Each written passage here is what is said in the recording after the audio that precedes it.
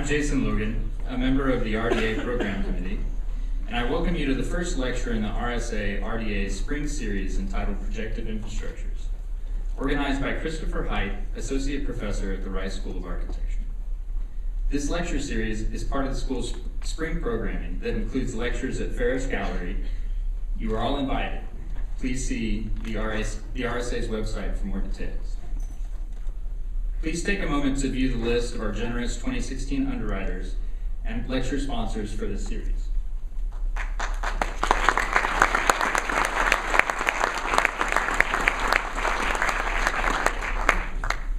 And thank you to tonight's reception sponsor, FKP Architects.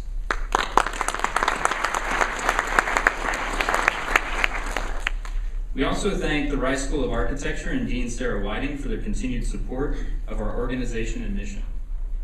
And we are grateful to the Museum of Fine Arts Houston for the use of this wonderful auditorium. This lecture series will continue Wednesday, February 10, with Christopher Hight. He is the director of Atelier Hight and professor chair of landscape architecture at ETH Zurich. For more information on RDA's programs, please visit our website for more details. Also, a reminder to those logging your CEUs, the registration lists are located on the tables at the entrance at the back of the auditorium. Tonight, as a courtesy to our speaker, please silence your cell phones and do not use flash photography. Sticky. And now, Christopher Hight will introduce our speaker.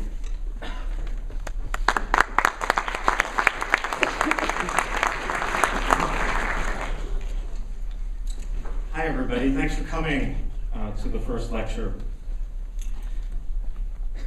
Houston is a city of iconic infrastructures. Infrastructures that are simultaneously ruthlessly pragmatic and speculative dream works. Our city is based on this strange combination. They render nature and culture distinctions moot, and they also problematize the disciplinary divisions between landscape, urbanism, architecture, and engineering. The topic of infrastructure is timely, with the recently completed Buffalo Bayou project and the recently announced plans to reconstruct or deconstruct the Pierce Elevated around downtown. And imminently, beginning on March 11th, the second Leading with Landscape conference travels from Toronto, which was the first conference, to Houston this year to talk about the leading role landscape plays in shaping our shared built environment. We need to ask at this moment, what is the role of design in such infrastructural projects, in these vast technical and expert knowledges and fields?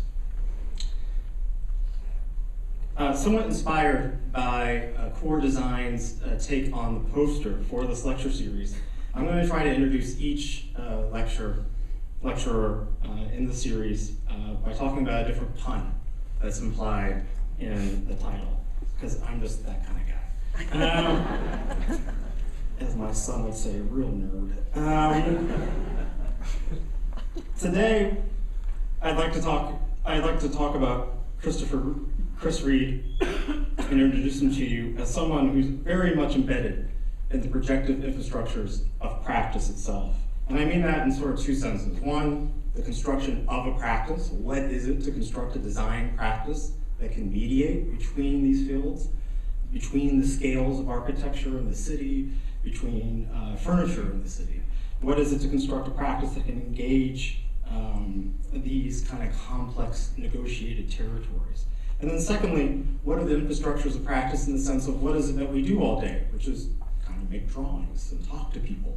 What are the instruments through which we construct the objects of knowledge? How do we innovate those objects of knowledge?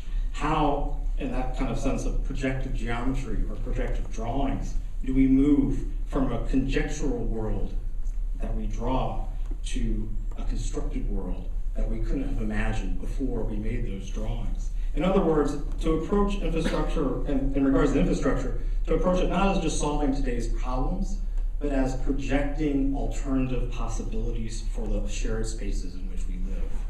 Chris Reed's practices and projects and ideas, I think, epitomize that more than anyone else I can think of. He is the founding principal of the firm STOSS LU, or STOSS Landscape Urbanism, which took, even as its name, a kind of very speculative, very brave, and new idea about a different kinds of practice, something that could combine landscape and urbanism. To do so, especially within a context in America, is rather brave, ambitious, and very optimistic. And I think that sense of possibility is throughout the work, and you sense it in each project in the way he speaks about it.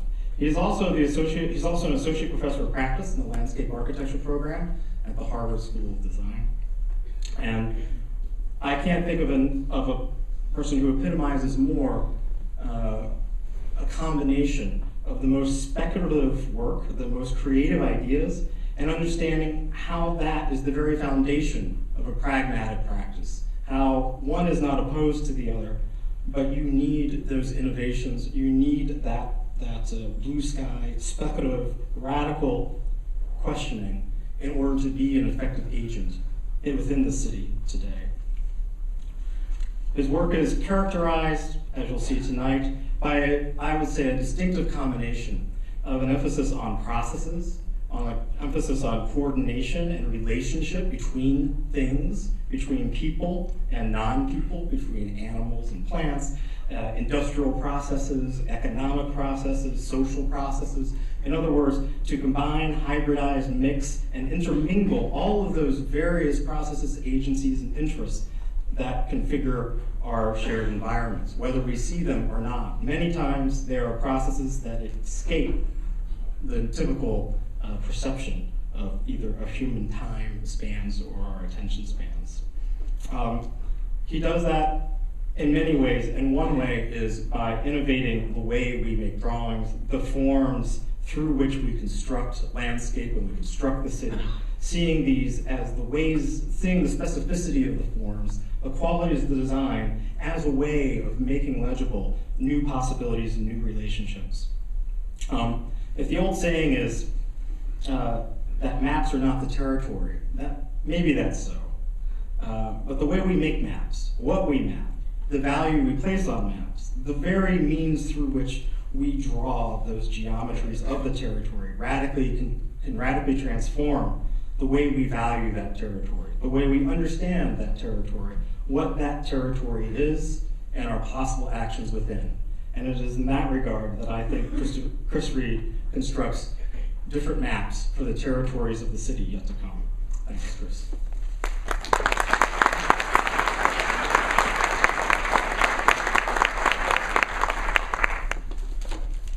Thanks, Christopher.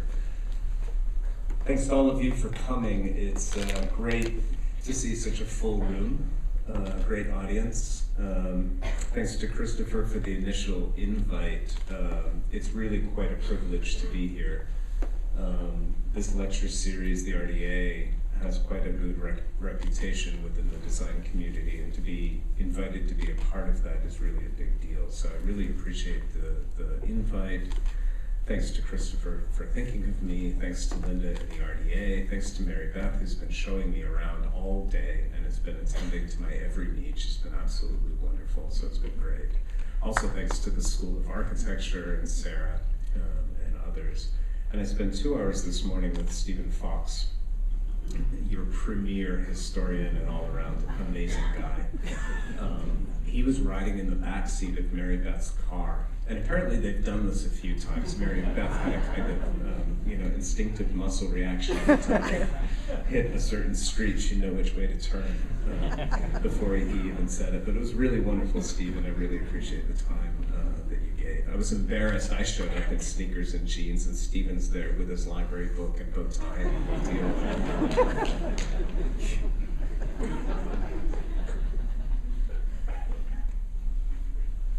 These are my kids. They're 14, 12, and 8. The big one's 14. He's about to turn 15.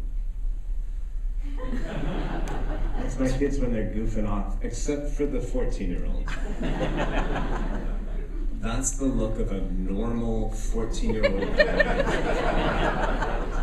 every day of his life. Every time he talks to his dad, like, that's the look I get. I raised this because 2 weeks after he was born, I started the firm. Both Silas and STOSS will turn 15 next month. And I don't know. There's something about all that that's caused me to start to be very reflective about where we are as a practice, where I am as a kind of professional, as a person in many ways, what we've been up to the last few years, and just begin to think about the ambitions that I have for the firm as we move forward. As we do this, there's been this process of really thinking about fundamentals. This was an opportunity to talk to my other son's 7th grade class, they're doing a little garden project for the schoolyard. And the science teacher called me up and said, "You're a landscape architect, can you come talk to the students about how to make a garden? What do plants need?" Fundamental, right? The very basics. And I thought, oh my God, what do plants need? What is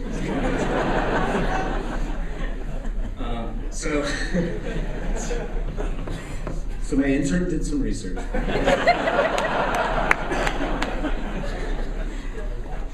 And she told me soil, water, sunlight, and air. I had the opportunity to speak to some 7th graders, and oddly enough, they're bored teachers in the room to kind of get them going on this project. But all of this has caused me to kind of reflect on what I do, the relationship that teaching has in my practice, the kind of research I do, and those sorts of things, to be really reflective. Somebody asked me if I was going through a midlife crisis. I just turned 47. Somebody else asked me if I was having an affair. I said, I don't think so. To both those questions. But it's also,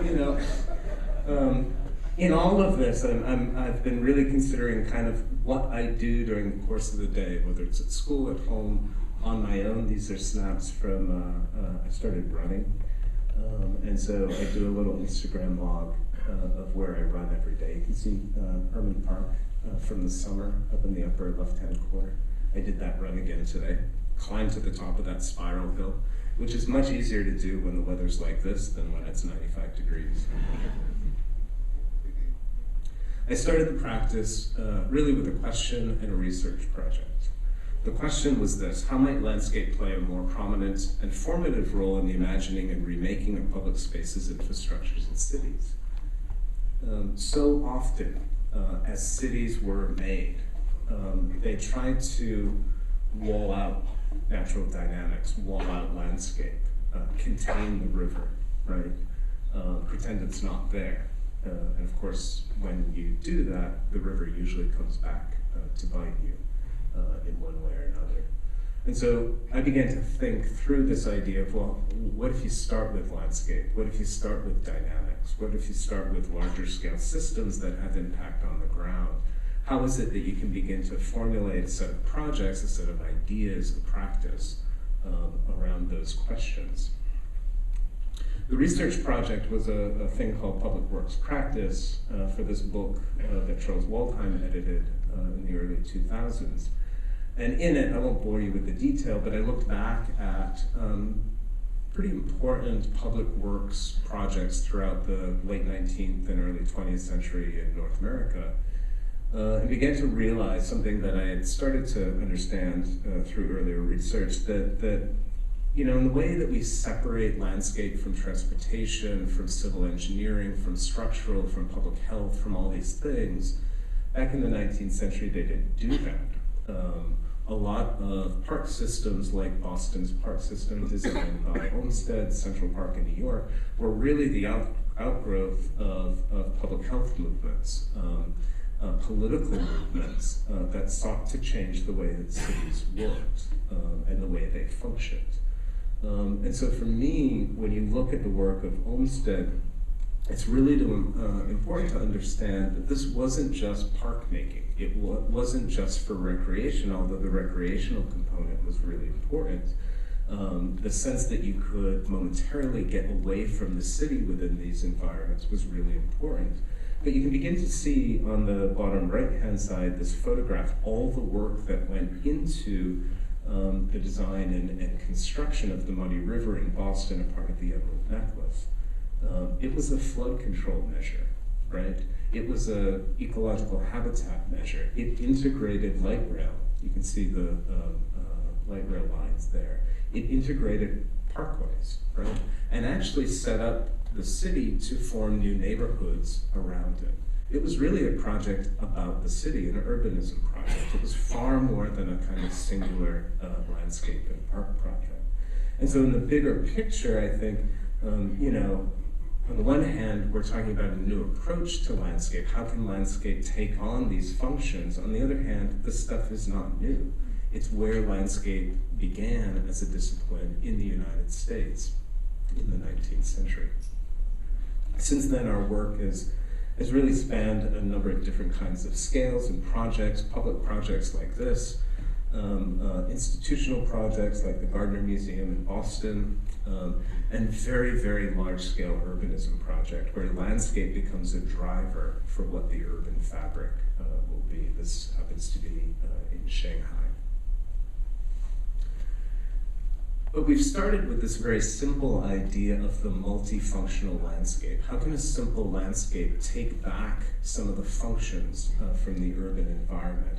How can landscapes start to clean water, right? Clean the air, provide new habitat, clean the soil.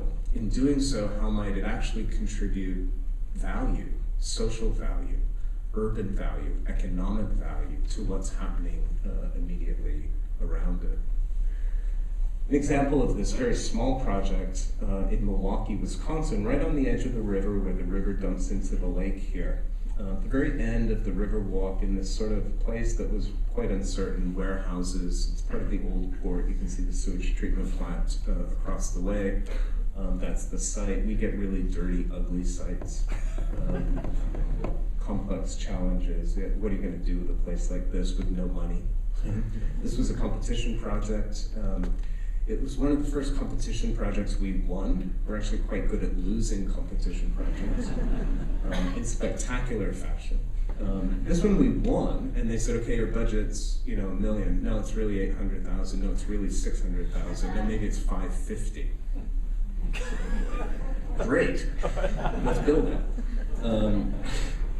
But this one, those sorts of constraints really forced us to, again, figure out what was absolutely essential to the nature of the space. On the one hand, we were trying to have it do a lot. We wanted to counter some of the winds coming off of the lake, and we wanted to do something with the water to kind of reactivate some of the environmental cycles, environmental dynamics that were now dead on the site. I mean, this site had been filled. You can see the bulkhead wall there.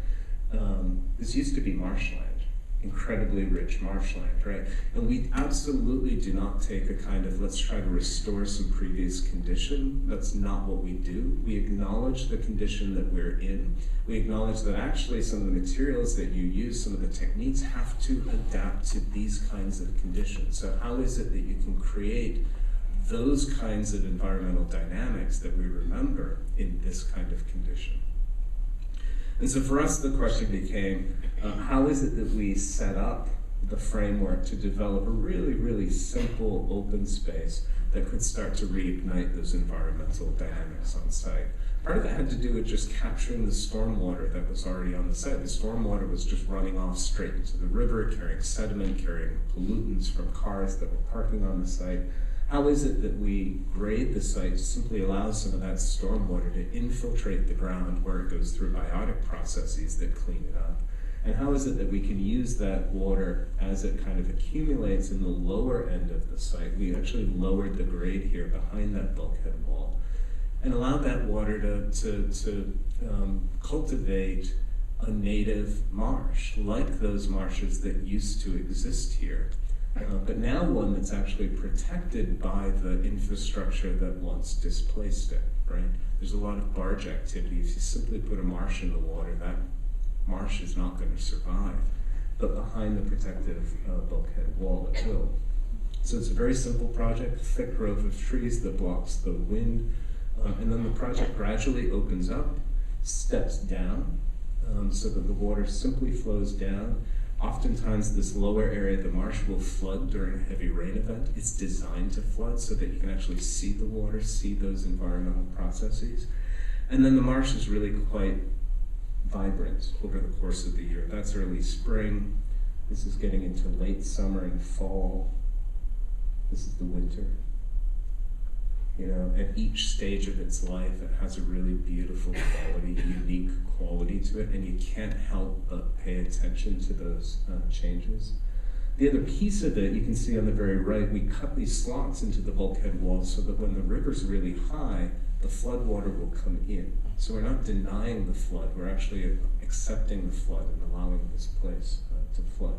We also set up the material contrast. We had to lower the grade to do the water thing, but in doing so, we're actually able to expose that bulkhead wall to the people in the plaza, because otherwise you couldn't see it. We love infrastructure, right?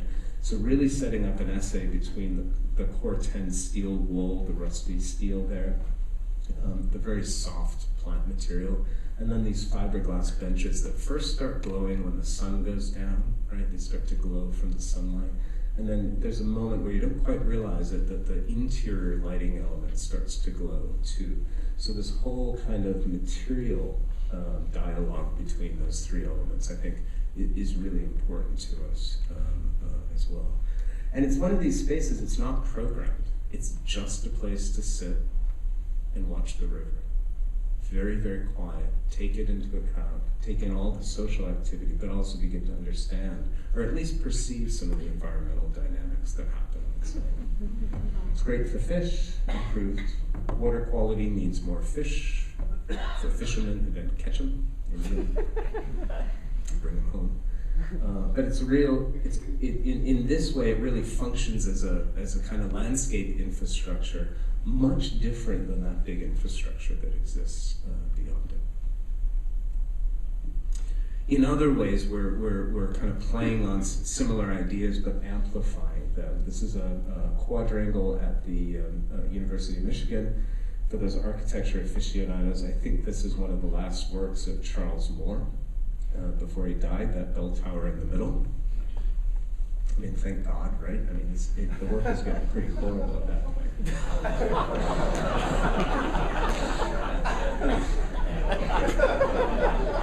That's not me, architect. And when I went, to be fair, when I went to the University of Michigan the first time, my architecture host drove me there to say, look at how awful this thing is. So anyway, the idea here is to take this quad, which is nothing, 3 paths, some trees, some lawn, and really kind of reinvigorate it. There are a lot of engineering students, the architecture schools nearby, art and music. Actually, the North Campus is the new heart of development on the University of Michigan's campus, so this will be a kind of center for students there. So we're reimagining the campus quad with really creating topography and lush spaces to just kind of hang out on the grass, on these benches. We're designing places for the engineering kids to kind of bring their stuff out into the public realms. Tesla has some great robots that like to climb over things, so we give them some things to climb over, hoping to lure them out.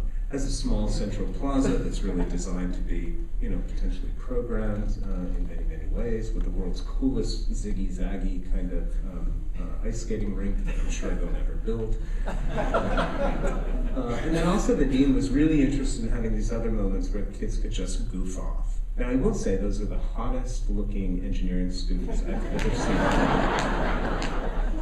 Session, this is what happens in the office when you go away for a day or two. But the dean was quite interested in this idea and also in playing on technology. So he's absolutely fixated on the idea of having a swing set, but one which, might be activated once people use it. So even, and this is just really kind of dumb and simple, it's an off-the-shelf unit where we're customizing that one feature so that when somebody swings on it, it starts to illuminate. So these ideas have been pushed by the dean, but there's relative to the environmental piece that I was talking about before.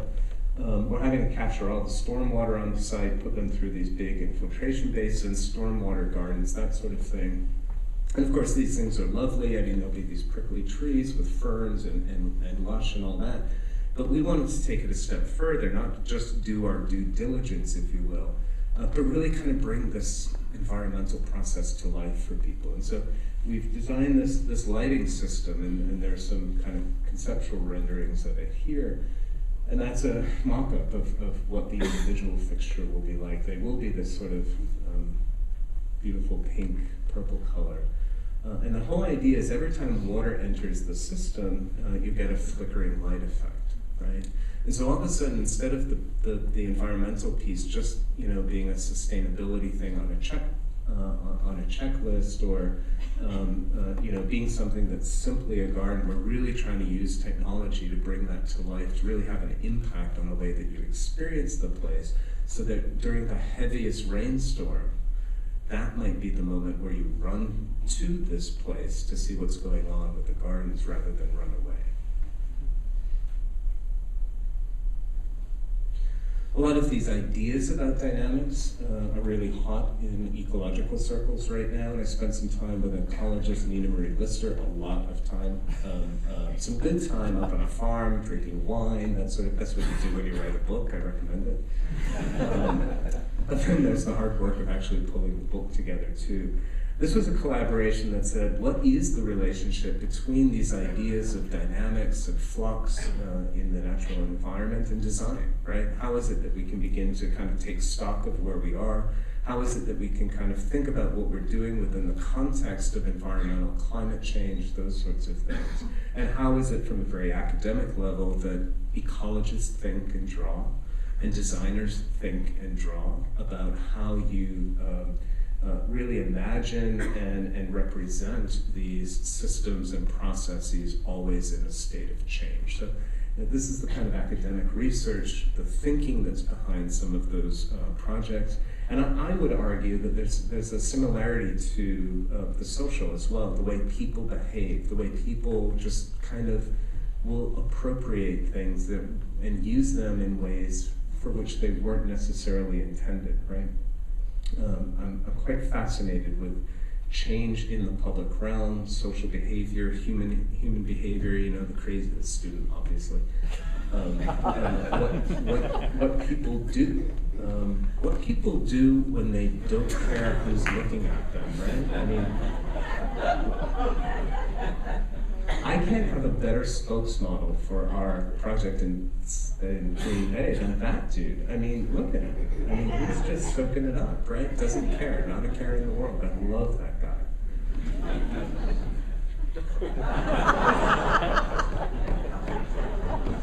I mean, they could have eaten inside. They could have eaten on the sidewalk with the other, but no, they just want to find their place, right? And so the idea that we can begin to think about how people behave and anticipate that, and yet also recognize that people are going to do nutty things like this that you absolutely can't imagine, and the projects that you design have to be open to that sort of kind of change and ingenuity. In fact, a lot of this thinking came from my kids and infrastructure. When my kids were little, we tried to take a walk down the street. If you've ever tried to take a walk down the street with a 2 or 3-year-old, they don't pay attention to what's going on. And what they start to do is play a game with all the utility covers along the street, right? They don't know what that's made for. They don't care what it's made for. It's a thing, and they're going to react to it, and they're going to make a game, right? And so this kind of thinking that people will just do, they'll react, right? A lot of that is kind of tamped out of us as we get older, but having kids kind of opens your eyes to it. And so this idea of the social flux is something that we experimented with a little bit in this little garden installation. We're having problems convincing a public client to use this poured in place rubber surface that you get in playgrounds, and to do it topographically in this 3-dimensional way. So we had the opportunity to install it at a garden festival for a couple of years in northeast Quebec. and simply create a topography and see what people would do. Kids, of course, are really good at it. They have no inhibitions. They'll start to make up games. What's really fun about this, we actually took code here very strictly. Code tells you that the higher your fall, the softer and squishier and thicker the mat needs to be, right? So at the top of the hills, the mat's thin. It's not very squishy. At the bottom of the hills, it's very squishy. So as these kids were actually running over it and their footfall would change, there'd be a different level of resistance, which would actually cause them to fall into it.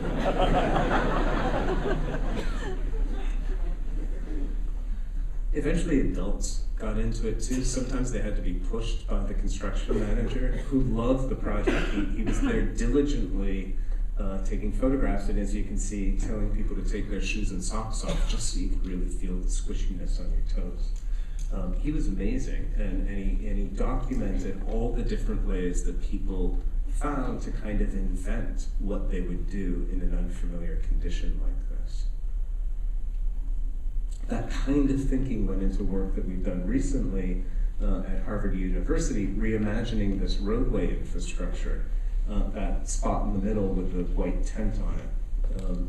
This was a roadway cap. It's at grade. This is Harvard Yard at the bottom, and the North Campus at the top. I'm told about 10 to 15,000 people pass through this on a daily basis. Apparently back in the 60s when the road was level, a Harvard student was crossing the street, was killed unfortunately, and so Harvard lowered the grade, built the cap, as only Harvard would do, and then they made this thing that sort of imitated the campus language. But as you see here, it's a pretty mean space.